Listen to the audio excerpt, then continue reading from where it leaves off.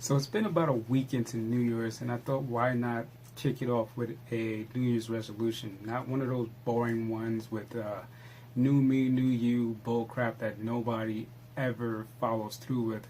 This one is a good one. It's more art tutorials, normal artwork that I do, more artwork of followers, different things that I do, and I'm going to include everything into it this year. So for my first tutorial of 2017, I'm going to go with the legendary Tony Stark, kicking it off to Marvel. I'm a big Marvel fan. I think it's fantastic to watch all these things I grew up with now in the movies.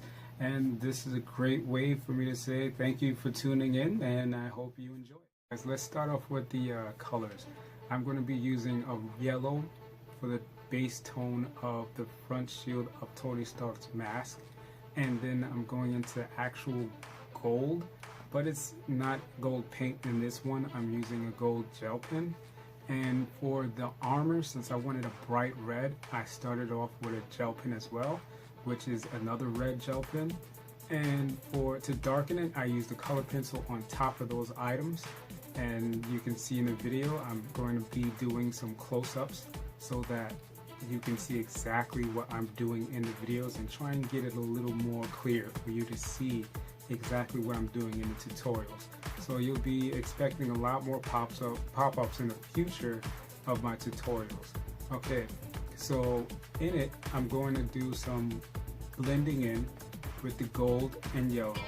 So to make it simple, I'm doing the bottom layer in yellow. I'm working slow, starting off light to make sure I get every detail. So then I go over it slowly next into the darker one, which is the gold, and I trace along the grooves that were already pre-sketched out into the mask. So I drew the mask out first, and this one is half the mask. You can apply it to the second half, it doesn't matter, so don't get shocked or scared that you might be doing something wrong in the other half. Both sides are the same, so no worries on that one. So as I go in, I'm going to be going over the full mask into darker colors on top of my lighter colors. So it's that red gel and then a dark red on top of it. And then lightly over that, I'm going over each piece in a black pencil to help it get dark enough for you to see the transition. So my goal is to make it look shiny, and the best way to make it look shiny is those darks to lights. So farther parts, I'm going darker than the parts that I want to look like it's lifting off of the item. So I'm doing that part slow and seeing how it works out, and then working my way down. Now, when I do black into this, certain parts that really need to be black, I'm being careful to make sure I get that as dark as possible.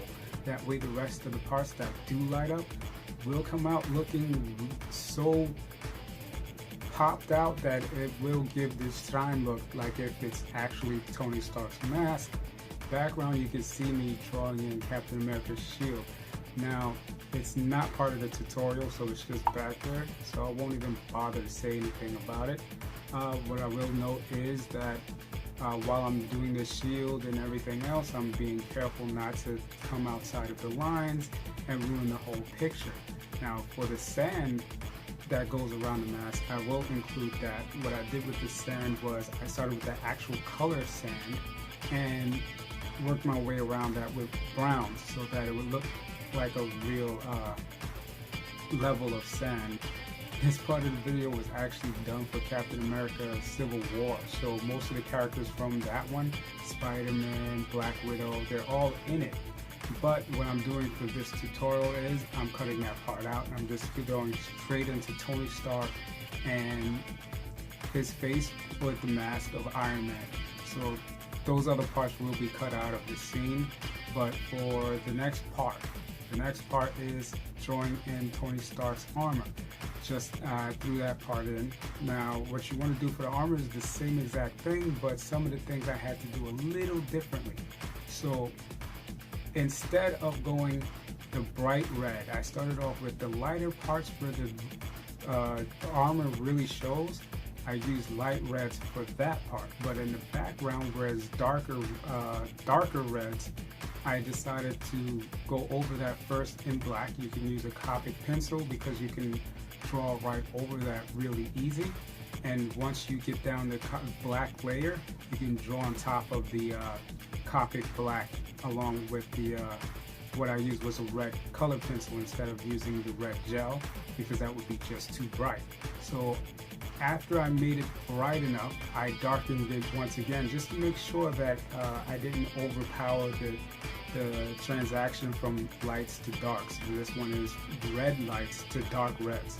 So once I was able to do that, I just made sure that it was glowing enough and going into the red smoothly.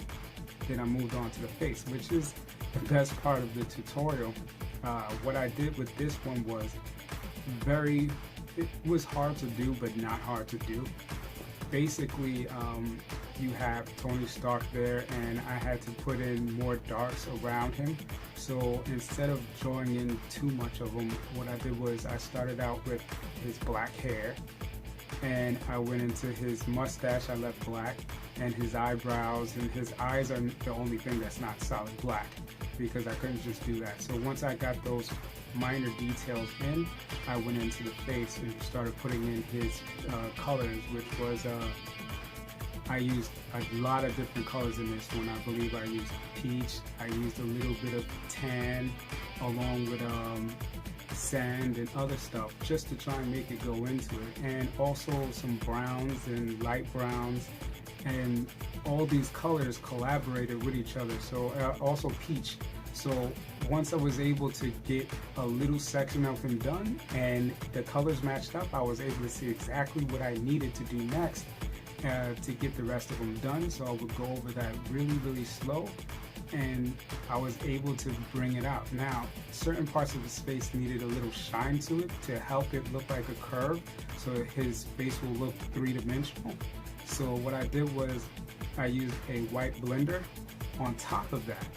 And once I went over those spots with the white blender, I was able to make his face look more realistic, and then go with the browns over the other parts to darken them enough to make them look like it had some depth to it. So now it has depth and it has lift.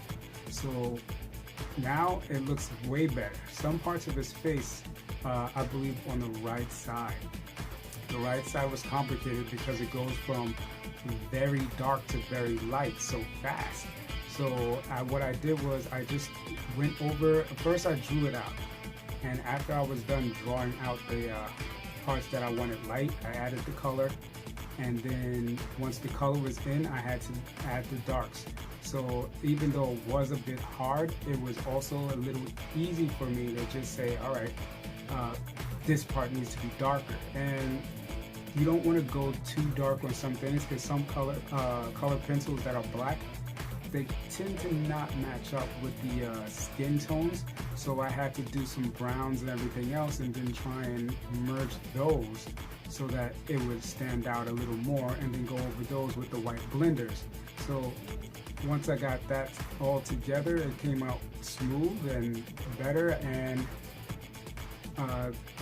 I was able to just do a little more with his skin tones afterwards. Okay, I just wanted to point out that on the side of Tony Stark's face, where you see it at its brightest, you don't want to use a pencil to draw in that part.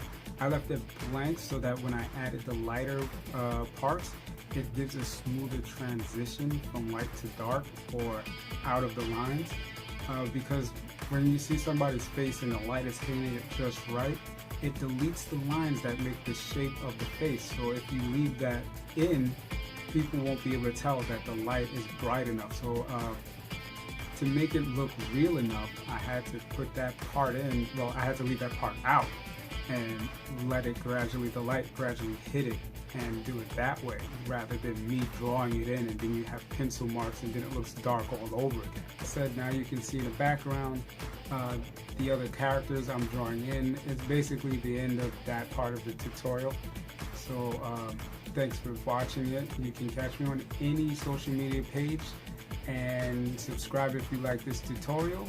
Happy New Year to all of you, and I hope you stay true to all your New Year's resolutions out there. We all make them and break them, so good luck with that. Have a good day.